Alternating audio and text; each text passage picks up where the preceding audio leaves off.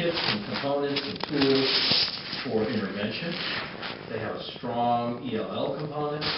They have a strong digital component. And given some of the needs that I've observed in terms of our faculty, that's why I'm really comfortable recommending a comprehensive program citywide.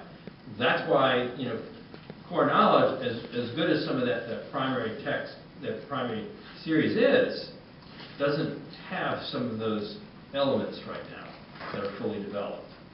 And so that is why now that doesn't mean that if a school pilots, let's say if the school submits a proposal to want to pilot core knowledge, I might some of the areas, some of the, what I believe maybe some of the not so stronger points, that, okay, how are you going to address intervention, let's say as an example, or how are you going to address, so these are the, I've got to put this process together to actually be able to make the kinds of decisions to support the schools if they want to move in that direction. But it was the comprehensive nature of journeys that wanted me to recommend it as citywide. As where we stand now, with schools all having done all kinds of different things and different models, we need to get on the same page here. Right. So it has the ELL piece and it has the intervention piece as well. That's very critical. It's very critical. So the schools that perhaps would be considered are ones that do not have children that need early intervention. Is it No. English language learners that does it have an English language learners piece? The core knowledge K, the pre-K to 2? There isn't, as far as I'm aware right now, there isn't exclusively a piece for English language learners I'm aware of. There is? No, I believe you're correct. There is not. Mm-hmm. So these are the kinds of issues that I would need to know. I would want to make sure that if a school submitted a proposal that, and if I know for a fact that they've got, because all of our schools have students who at some level unfortunately require intervention, or who have English language learner needs, I want to make sure that what is in that proposal would be able to speak to that and address how they plan to address those needs. Okay, because if they have children that require these resources, they're there. Would they be taken out of the school and put somewhere else? No, that would not. It would not. No, that would not be the case. The percentage of children, maybe more. Every teacher across the system is going to be trained in understanding the intervention process, strategies, and skills. Then we would need to make sure that they have resources that they can choose and use with the particular program. So then why not use Journey for the entire district? Because it seems it's an excellent, from what you've presented, from what I've seen, from what I've heard.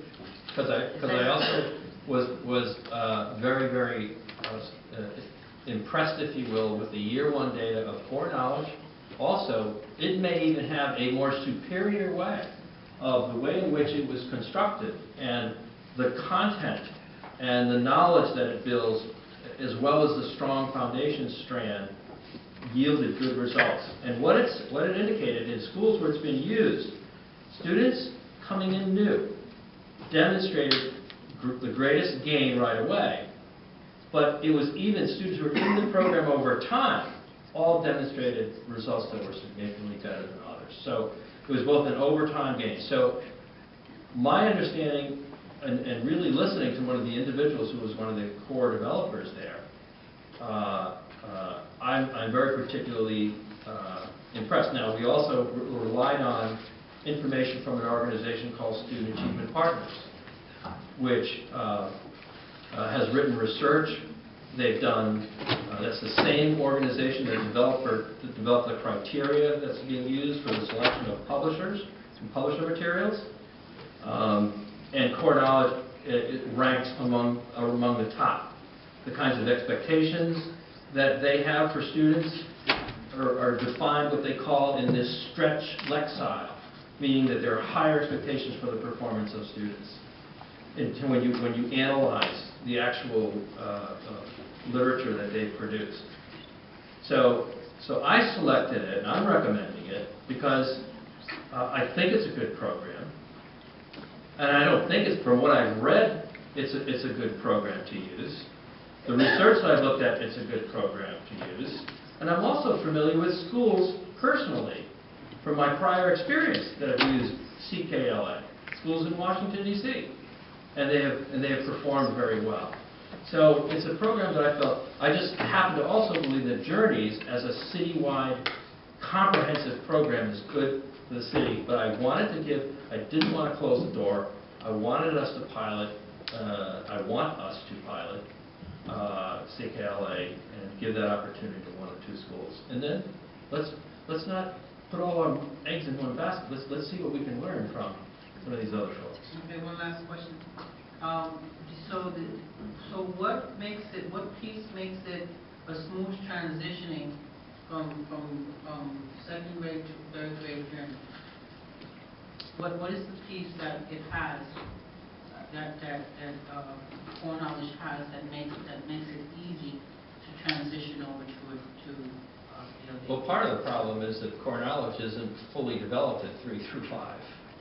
They are in the process of developing it now. But the 3 through 5 strand of whether it's in Journeys or would it be in expeditionary learning, that's where you're moving from the foundational skill set, even though those foundational skills are still reinforced, into comprehension, into vocabulary development, into writing, speaking, listening, which is also reinforced in the earlier grades.